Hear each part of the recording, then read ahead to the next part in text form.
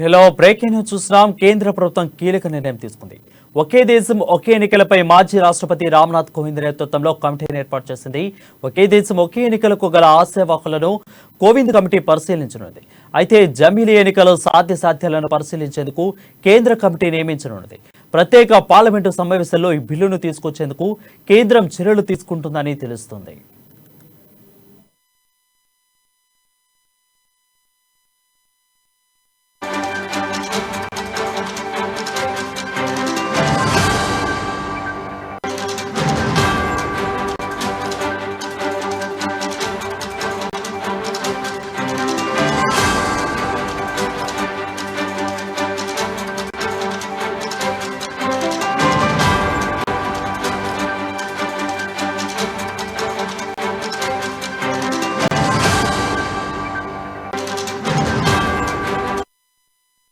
Breaking news చూస్తున్నాం. కేంద్ర ప్రభుత్వం కీలక నిర్ణయం తీసుకుంది. ఒకే దేశం ఒకే ఎన్నికపై మాజీ రాష్ట్రపతి రామ్నాథ్ కోవింద్ నేతృత్వంలో కమిటీని ఏర్పాటు చేసింది. ఒకే దేశం ఒకే ఎన్నికలకు గల అవకాశాలను కోవింద్ కమిటీ పరిశీలించనుంది. జమిలీ ఎన్నికల సాధ్యాలను పరిశీలించేందుకు కేంద్రం కమిటీ నిర్ణయించనుంది. ప్రత్యేక పార్లమెంటు సమావేశంలో ఈ బిల్లును తీసుకొచ్చేందుకు కేంద్రం చర్యలు తీసుకుంటుందని తెలుస్తుంది. దీనిపై మరింత సమాచారం మా బ్యూరో చీఫ్ కృష్ణమూర్తి లైవ్ ద్వారా అందిస్తారు. కృష్ణమూర్తి, చెప్పండి. Thank you Varun. కేంద్రంలోని నరేంద్ర మోడీ ప్రభుత్వం గత కొంతకాలంగా వన్ నేషన్ వన్ ఎలక్షన్ ప్రవేశపెట్టాలని నిర్ణయించింది. ఒకే దేశం ఒకే ఎన్నికలు, ఒకే సమయంలో అన్ని స్థాయిలో ఎన్నికలు జరగాలి. ప్రస్తుతం ఉన్న పరిస్థితుల్లో ఒక రాష్ట్రం ఎన్నికలు పూర్తి కాగానే మరో రాష్ట్రం ఎన్నికలు రావడం, ఇలా అంటే 1 by 1 ఎలక్షన్ రావడంతో ప్రభుత్వ యంత్రాంగము, రాజకీయ నాయకులు రాజకీయ నాయకులు ఎన్నికల్లో గెలుపు అవకాశాల కోసం ఎప్పటికప్పుడు ప్రయత్నాలు చేయడం, పాలన మీద సరైన విధంగా దృష్టి పెట్టకపోవడం. రెండవ అంశం అధికారులు ఎప్పటికప్పుడు ఎలక్షన్ బందోబస్తు, ఎలక్షన్ నిర్వహణ, ఎలక్షన్ సమర్థవంతంగా నిర్వహించేందుకు చేపట్టాల్సిన చర్యలు వీటి మీద దృష్టి పెడతా ఉన్నాయి. వాళ్ళు కూడా పాలనాపరమైనటువంటి ఇబ్బందులు, సపోజ్ పోలీస్ శాఖ శాంతి భద్రతల పరిరక్షణ కానీ శాంతి భద్రతను మరింత మెరుగుపరిచే చేపట్టిన చర్యల విషయంలో వాళ్ళు కొంత ఒక అడుగు ముందుకు పోయగానే 2 అడుగులు వెనుకలా తయారైంది. ఎన్నికలు రావడం, ఎన్నికల్లో బందోబస్తు చేయడము, పార్టీని పరిశీలించడం, వాళ్ళ వ్యవహారాన్ని అంచనా వేయడము, వీటన్నిటి మీద ప్రత్యేకంగా దృష్టి పెట్టాల్సి వస్తుంది. ఇంటెలిజెన్స్ వర్గాలను కూడా, ఇంటెలిజెన్స్ కానీ, స్పెషల్ బ్రాంచ్ కానీ, ఐబీ కానీ, ఇంటెలిజెన్స్ బ్యూరో కానీ, ఇవన్నీ కూడా అంటే రాజకీయ నాయకుల కదలికలు, రాజకీయ పార్టీల బేరీజు వేసుకోవడము, వాళ్ళకు కావాల్సినటువంటి అంటే ఇన్పుట్స్ ఏ రకంగా వస్తున్నాయి, అట్లాగే అవుట్పుట్ ఏ రకంగా ఉండబోతుంది అనే విషయంలో వాళ్ళు ఎప్పటికప్పుడు అట్లా వేసేందుకు హోంశాఖకు సంబంధించిన విషయం మిగతా రెవెన్యూ కానీ మిగతా అంశాలన్నింటినీ కూడా ఆ రెవెన్యూ శాఖ కూడా పోలింగ్ బూత్ల ఏర్పాటు, పోలింగ్ కేంద్రాల ఏర్పాటు, పోలింగ్ కేంద్రాల్లో సౌకర్యాలు వీటి మీద ఎక్కువగా దృష్టి పెట్టాల్సిన వస్తుంది. సమయం ఎక్కువగా పోతా ఉంది. అంటే లోక్సభ ఎన్నికలు, అసెంబ్లీ ఎన్నికలు, జిల్లా పరిషత్తు, మండల పరిషత్తు అనేది మిగతా రాష్ట్రాల్లో బ్లాక్లు, ఈ రకంగా గ్రామ పంచాయతీలు, ఈ రకంగా రకరకాలుగా ఉన్నాయి ఎలక్షన్స్. అంటే ఒకేసారి ఈ స్థాయిలో మొత్తం అన్ని ఎన్నికలు ఒకేసారి జరిపితే ఒక 6 నెలలు 3 నెలలు నిర్ణీత గడువులుగా పూర్తి అయితే ఆ నిర్ణీత కాలం మాత్రమే అధికార యంత్రాంగం కానీ, రాజకీయ పార్టీలు కానీ దాంట్లో ఆ ఫ్రేమ్ లో ఫిక్స్ అయి ఉంటాయి. మిగతా సమయం అంతా కూడా ప్రజల కోసం, ప్రజలకు కావాల్సిన సౌకర్యాలు, రాష్ట్రాభివృద్ధి, దేశాభివృద్ధి, ప్రాంత అభివృద్ధి, జిల్లా అభివృద్ధి, వీటి మీద దృష్టి పెట్టే అవకాశం ఉంటుంది. కాబట్టి ఇంకో ఖర్చు కూడా విపరీతంగా పెరిగిపోతుంది. ఎన్నికల కమిషన్ కూడా ఖర్చు విపరీతంగా పెరిగిపోతా ఉంది. లోక్సభ ఎన్నికలకు వచ్చినప్పుడు అదే పోలీసు బందోబస్తు చేయాల్సిన అవసరం ఉంటుంది. శాసనసభ ఎన్నికలు జరిగినప్పుడు అదే పోలీసు బందోబస్తు చేయాల్సిన అవసరం, జిల్లా పరిషత్ ఎన్నికలు కూడా అంతకాకుండా కొంత స్థాయిలో చేయాల్సిన అవసరం ఉంటుంది. అంటే జిల్లా యంత్రాంగం పరిధిలో చేయాల్సిన అవసరం ఉంటుంది. వీటన్నిటిని దృష్టి పెట్టి ఒకటి పార్టీల పనితీరు మెరుగుపరచడం, ప్రజల కోసం పార్టీలు ప్రజల సంక్షేమ అభివృద్ధి కోసం కృషి చేయడం. రెండవ అంశము అధికారుల అంటే ప్రభుత్వ అధికారుల పనితీరు ప్రభుత్వానికే పనిచేసే విధంగా చేయడం. మూడవది ఖర్చును తగ్గించడం. ఎన్నికల వ్యయం కూడా భారీగా పెరిగిపోతా ఉంటుంది. కాబట్టి ఎన్నికల అంటే అధికార యంత్రాంగం మీద కానీ వాళ్ళ టీఏడిఏ ఎలక్షన్ బందోబస్తు నిర్వహించే సిబ్బందికి ఇచ్చే టీఏడిఏలు వీటన్నిటిని ఒక 5 సంవత్సరాలు అధికారులు సుమారుగా 10 ఎలక్షన్లలో వాళ్ళు విధులు నిర్వహించాల్సి ఉంటుంది. అంటే 10 సార్లు ఇచ్చే డిఏను ఒకేసారి ఇస్తే టీఏడిఏలు ఒకేసారి ఇస్తే ఆ 9 సార్లు చేసే ఖర్చు మిగిలిపోతారు. ఇది ఆర్థికపరమైనటువంటి అంశం. రాజకీయ పార్టీ కూడా ప్రతిసారి విమర్శ కాకుండా విమర్శలు చేసుకోవడం సహజమే. కానీ ఒకసారి గెలిచిన తర్వాత వాళ్ళు 4-5 సంవత్సరాలు ఆ పాలననే దృష్టి పెట్టే అవకాశం ఉంటుంది. లేదు అంటే తెలంగాణకు ఫస్ట్ తెలంగాణ డిసెంబర్లో తెలంగాణ అసెంబ్లీ ఎన్నికలు రాబోతున్నాయి. మనం ఉదాహరణ తీసుకుంటాం. ఆ తర్వాత ఈ ఎన్నికలు ముగిసి ప్రభుత్వం కొంత ప్రమాణ స్వీకారం చేసి కొంత పాలన పైన దృష్టి పెట్టే సమయంలోనే మళ్ళీ లోక్సభ ఎన్నికలు వస్తున్నారు. మే వరకు పూర్తి కావాలి 2024. ఆ తర్వాత ఆ లోక్సభ పార్లమెంట్ సభ్యులు కొంత గెలిచి వాళ్ళు ఆ నియోజకవర్గాల్లో దృష్టి పెట్టే లోపలనే జిల్లా పరిషత్ మండల పరిషత్ ఎన్నికలు వస్తాయి. ఆ తర్వాత మున్సిపల్ ఎలక్షన్స్, ఇట్లా అంటే వరుసగా ఉంటా ఉన్నాయి ఎలక్షన్ తెలంగాణ సంబంధించి. ఇవన్నీ కాకుండా ఒకేసారి ఒకే స్థాయిలో అన్ని ఎన్నికలు నిర్వహిస్తాయి. ఎలా ఉంటుంది?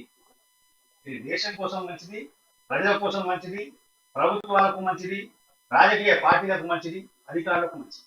ఈ కోణంలో కొంతకాలంగా నరేంద్ర మోదీ అధికారంలోకి వచ్చిన తర్వాత దీనిపైన అనేక సందర్భాల్లో దృష్టి పెట్టారు. అనేక సందర్భాల్లో ప్రధానమంత్రి నరేంద్ర మోదీతో పాటు బీజేపీ నాయకులు, కేంద్ర మంత్రులు అనేక సందర్భాల్లో వన్ నేషన్ వన్ ఎలక్షన్ విధానాన్ని తీసుకురావాలని కొంత ప్రయత్నాలు చేస్తా ఉన్నారు.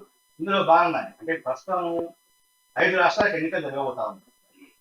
5 రాష్ట్రాల ఎన్నికలతో పాటు ఆంధ్రప్రదేశ్, ఒరిస్సా ఈ రాష్ట్రాలు కూడా ఎన్నికలకు ముందుకు వస్తాయని చెప్పేసి కొంత ప్రచారం జరుగుతా ఉంది. అంటే 7 రాష్ట్రాలు వస్తా ఉన్నాయి. 7 రాష్ట్రాల ఎన్నికలు పూర్తి అయ్యి కాగానే మళ్ళీ లోక్సభ ఎన్నికలు వస్తాయి.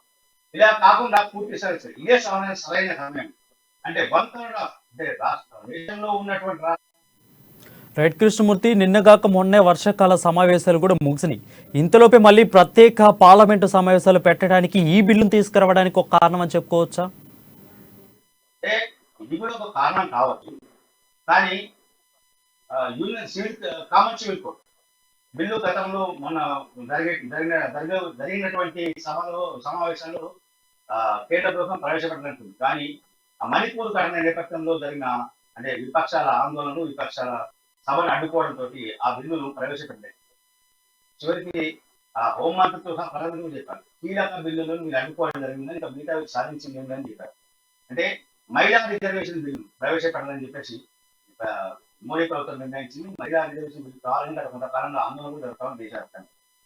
అంటే ఈ బిల్లు అంటే మహిళా రిజర్వేషన్ బిల్లు కానీ కులగణన, ఓబీసీ రిజర్వేషన్ బిల్లు వీటికి సంబంధించి కూడా చేయాలని బిల్లులు కావాలనుకుంటున్న కేంద్ర ప్రభుత్వం వీటిని చేయాలనుకుంటుంది. వాళ్ళ మేనిఫెస్టోలో ఉంది కాబట్టి వీటన్నింటినీ అంటే ఈ బిల్లులను మన జరిగినటువంటి సమావేశాల్లో బిల్లులు ప్రవేశపెట్టడం సాధ్యం కాని నేపథ్యంలో ఈ బిల్లును ఆమోదింపజేసుకోవడంతో పాటు దీన్ని అంటే వన్ నేషన్ వన్ ఎలక్షన్ మీద కూడా ఒక బిల్లు తీసుకోవాలని చెప్పేసి కేంద్ర ప్రభుత్వం భాషగా మనకున్న సమాచారం.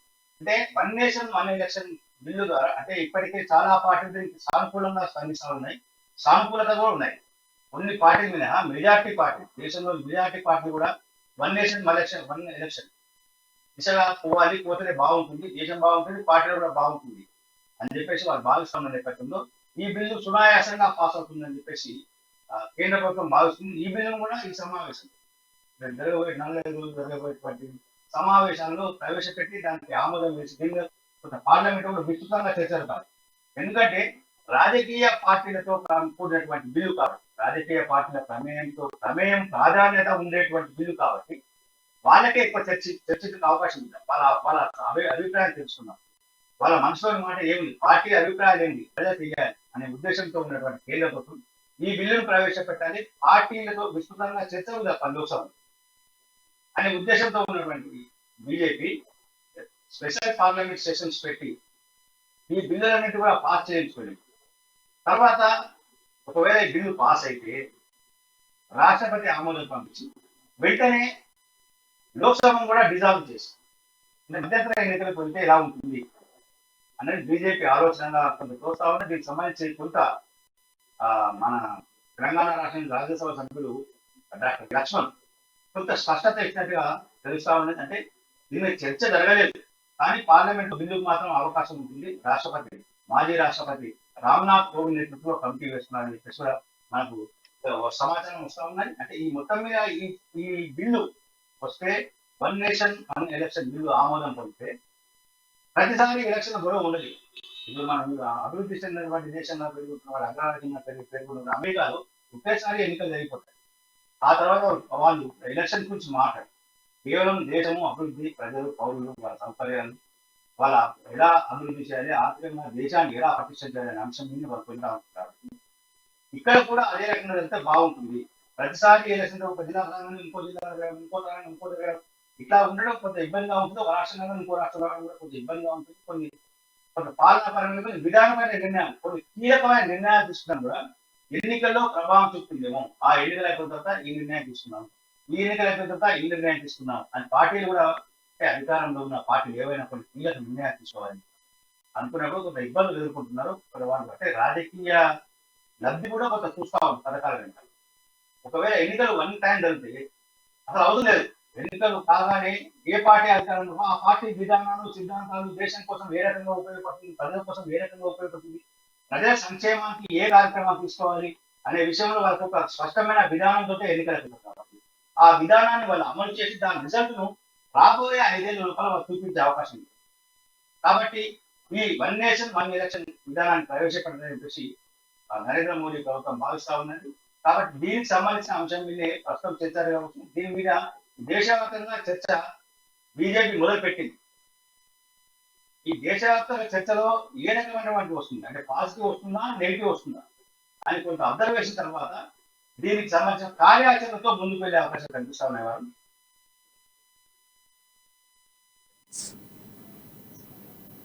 Right. Thank you, Krishnamurthy, for the clear updates.